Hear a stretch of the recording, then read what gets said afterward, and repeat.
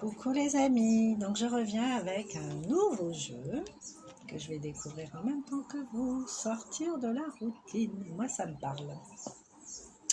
Pour sortir de la routine, vous voyez les cartes, elles sont vraiment minuscules. Et je trouve que les messages sont assez percutants, intéressants. On va regarder ça ensemble. Donc l'idée en fait c'est de chaque matin choisir une carte, y réfléchir pendant la journée, méditer dessus dès qu'on a un petit moment, une petite pause.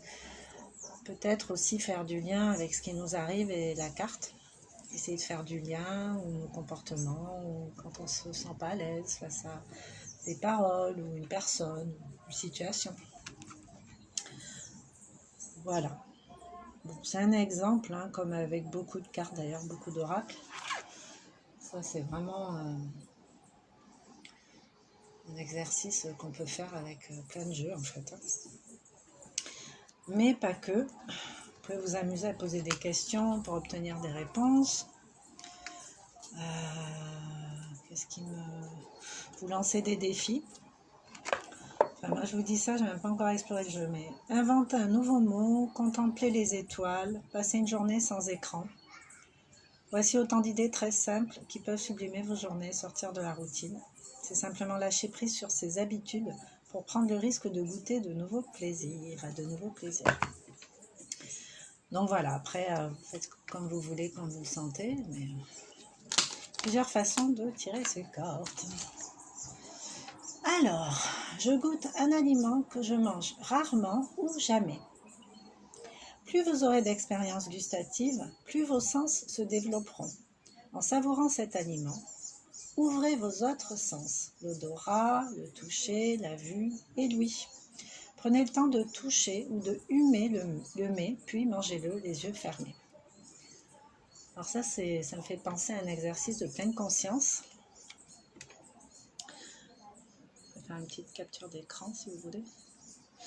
Un exercice de pleine conscience en effet où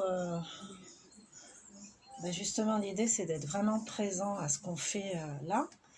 Donc on va fermer les yeux, on va sentir le fruit, mais on va aussi le toucher, le malaxer dans la main, le faire se promener entre les doigts. Et puis sentir s'il est dur, s'il est plutôt mou, s'il est lisse, s'il est plutôt râpeux, dur. Après on va prendre au niveau de l'odeur, on va toujours les yeux fermés, on va explorer cette fois-ci avec le nez.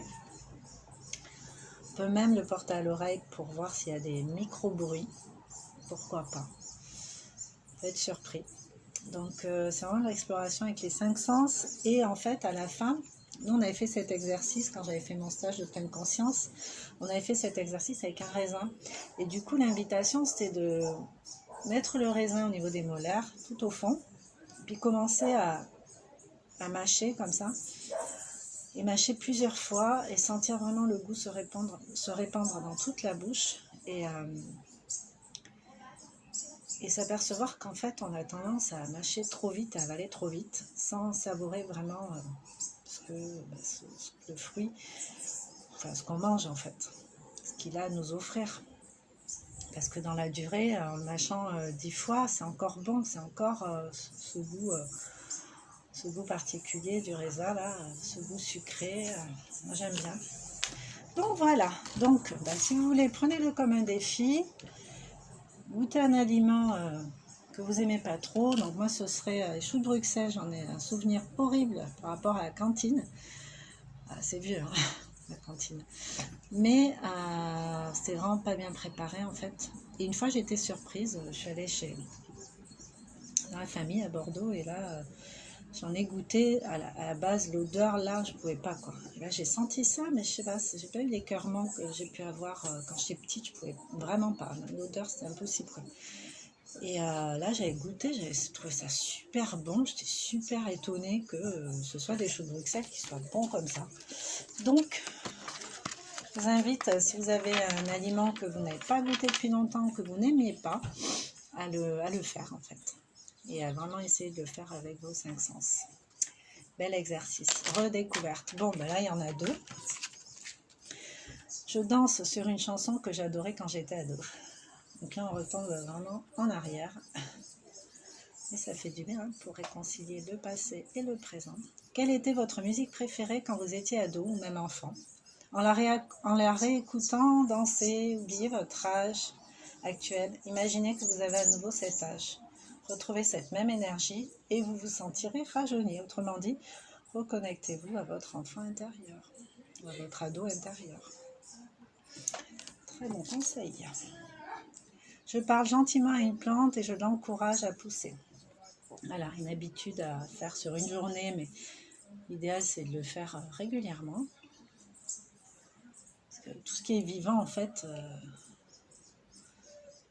ça vibre, ça vit et ça vibre. Et du coup, comme la voix, mais aussi l'intention qu'on va mettre dedans, c'est une vibration aussi. Donc du coup, si on envoie une bonne vibration et une énergie à la base qui est bonne, on va enrichir, renforcer cette... en l'occurrence, là, on parle de plantes, quoi. On a déjà vu des expériences où il y a des plantes qui étaient en train de mourir et le simple fait d'avoir de l'attention, d'avoir quelqu'un qui leur parle, qui leur touche les feuilles, qui prennent soin d'elles, en fait, les plantes elles ressuscitent.